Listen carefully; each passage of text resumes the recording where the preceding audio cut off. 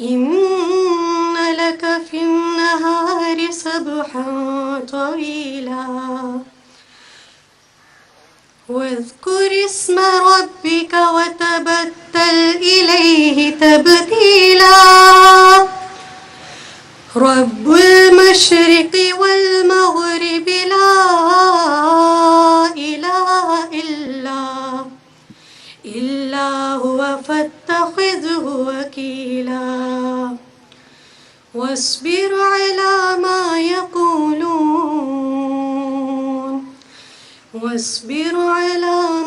يقولون واهجرهم هجرا جميلا صدق الله العظيم.